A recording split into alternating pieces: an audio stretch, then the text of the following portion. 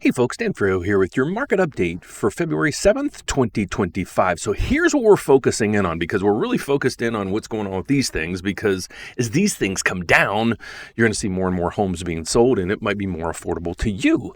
So my goal here is to educate you guys on what's going to happen in real estate, especially with mortgage rates and mortgage programs that you can understand. So my name is Dan Frio.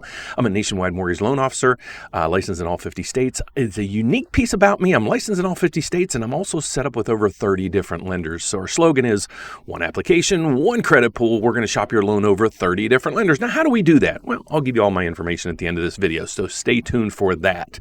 So the news that we were waiting for today to affect these things, the rates went up just a tad yesterday, but it was waiting for some news today in regards to the unemployment numbers. Okay, so here's what we've had over the last couple weeks. Right through here, this is the federal funds rate. That's the rate that the Federal Reserve controls. And then we had the PCE number coming out just last week, or the week before, I think it was. And this is the inflation number that the Federal Reserve really puts the most weight into. So it's at 2.6%. They want this at 2%, but it's going in the right direction. Here's where we are now. Unemployment rate. They thought the unemployment rate would just keep ticking up to possibly 5%. And a lot of analysts thought that as well. Well, the unemployment rate just ticked down today, down to 4%. So if you look at historical levels, it's right on point to where we are. And then the GDP came in just last week as well at 2.3%. So we have two of these figures that came out last week, and then this number just came in. So what's the number looking like? Well, let's get over to Rick Santelli at CNBC to give us the headline news. So take it away, Rick. Santelli, you got it?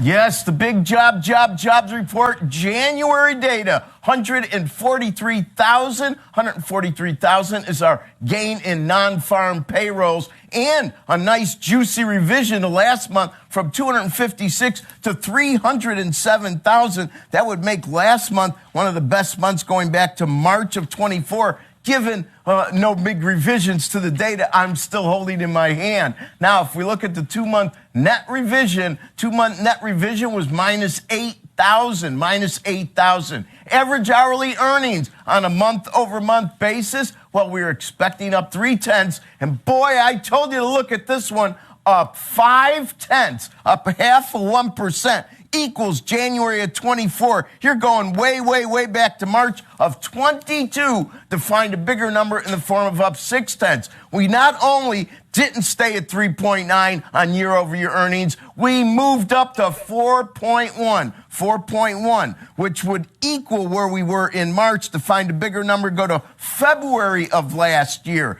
Now, if you look at the work week, 34.1. This is very exciting because that smaller work week, of course, has other ramifications for juicing some of the other numbers. We've been at 34.3 forever. You have to go in the Wayback Machine to find 34.1. I don't even have it going back 2 or 3 years, so that's a big move. Finally, let's look at U3. U3, the unemployment rate, 4%. 4%. It moved down. It didn't move up. 4%. Now, 4% equals where we were in May. To find a lower one, you're looking at 3.9 in April of 24. If we look at labor force participation, one of our panelists wanted to zero in on that, and that was smart. It increased, always a good thing, 62.6. To find a higher number, you're looking at September of last year at 62.7. And finally, drum roll please, we're looking at U6, the underemployment rate. The underemployment rate moves to 7.5. Actually, that's where it was last month. That's the lowest level going back to 7.4 in June of last year. So that's back-to-back 7.5s. Interest rates really whipsawed. I saw 10s briefly down at 438-ish. They're now back up to 447.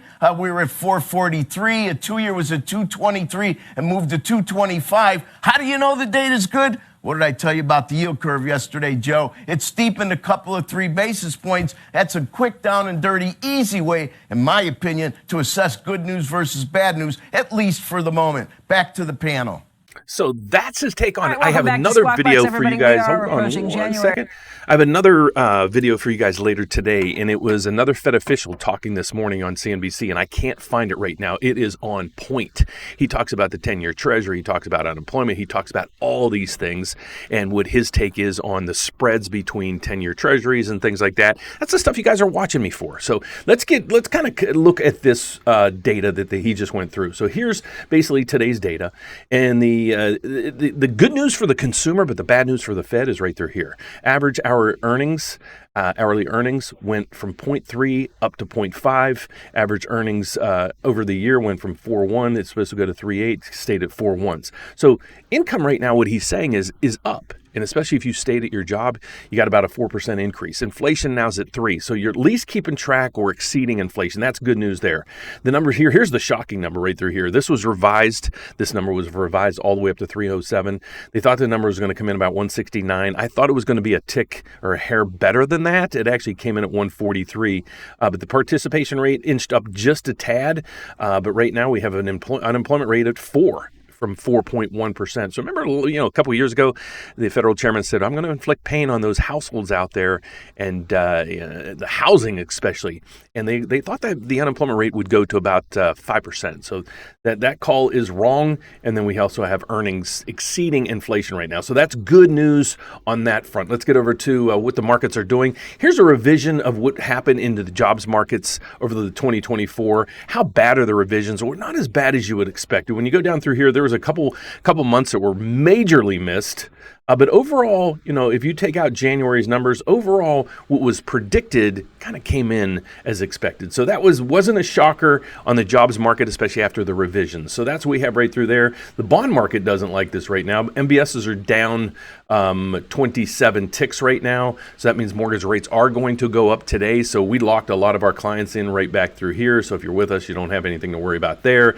The forecast or the prediction of where mortgage rates are going, I'm going to show you a video later this afternoon that will tie all this together, and then I'll give you my expectations on what to expect over the next couple weeks in regards to that. So let's get over to see how the equities are faring this morning. We know what bonds are doing. The stock market, let's see what it's doing. Dow Jones is up 15. S&P, wow, it's really nothing.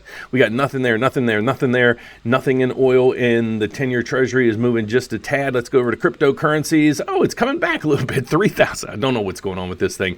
Let's go over to oil. What's oil doing? It's up just a hair in regards to tariff concerns. So that's all to be expected right through there.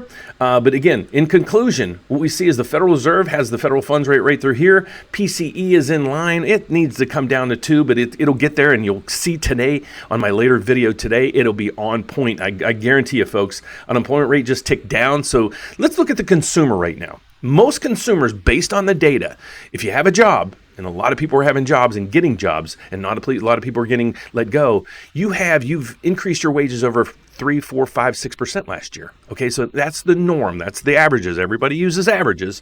So then when you look at that, it's like, okay, that's above the inflation level. So at least we're keeping up with the inflation. Okay, so that's the point that we want to focus in on, because the Federal Reserve is saying, okay, if there's more money in the system, that's going to pump into the system.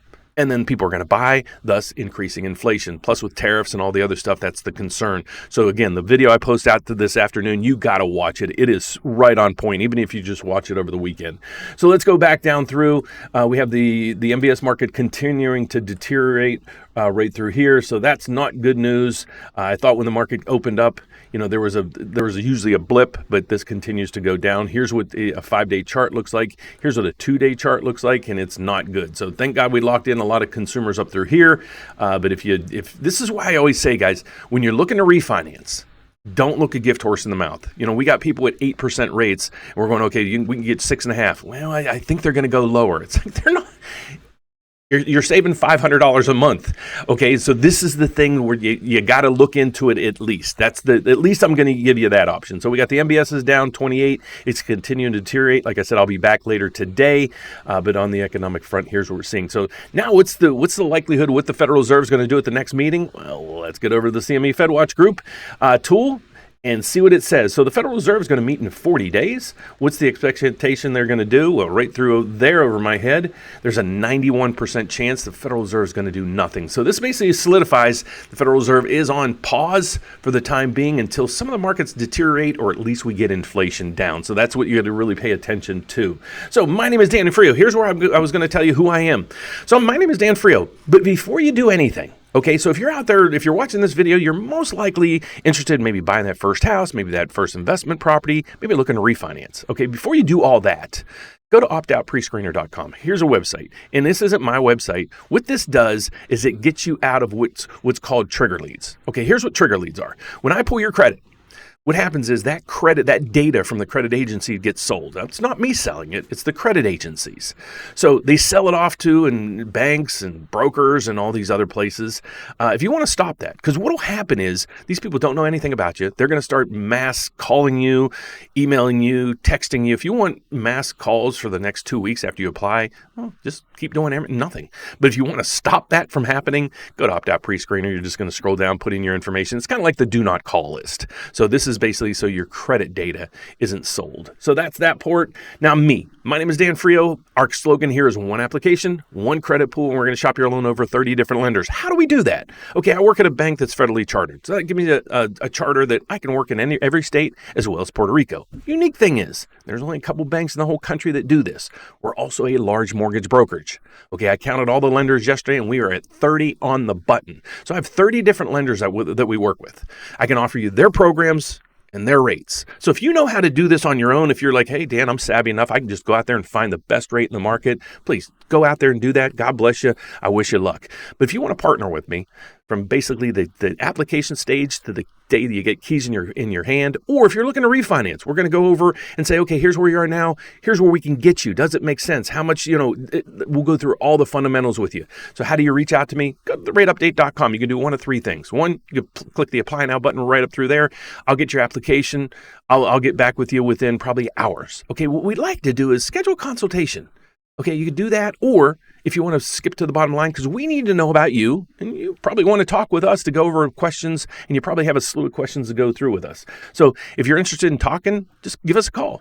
Scroll down. One unique thing is if you're looking to refinance at any point, you can give us, if you're a homeowner and you're like, hey, Dan, when rates hit X, I'd really like to refinance. Well, check out this tool we just made. Go to the RateWatch tool right through here. You're going to click it. You're going to give me your information. And what rate do you want me to call you to set in our system that as soon as the rates hit that point, I'll get you on the phone and we'll get your application going. So, but if you want to reach me directly, just keep scrolling down there. You're going to see our 800 number as well as my email address. So you can give me a call at 844-775-5626, or you can reach me personally. Yeah, this is me at dan@therateupdate.com. Please send me an email, send me your question, give me your phone number and name. I'd love to call you, go over that question, maybe more questions that you have. But if you just have a comment, go ahead and leave that down below. If you really want to reach me, that's the way to do it. So thanks so much for watching, guys. God bless. Have a fantastic afternoon. Don't forget to come back tonight, because the video tonight is going to be on point and give you direction of where mortgage rates are going. So thanks for watching, guys. See you later. Bye-bye.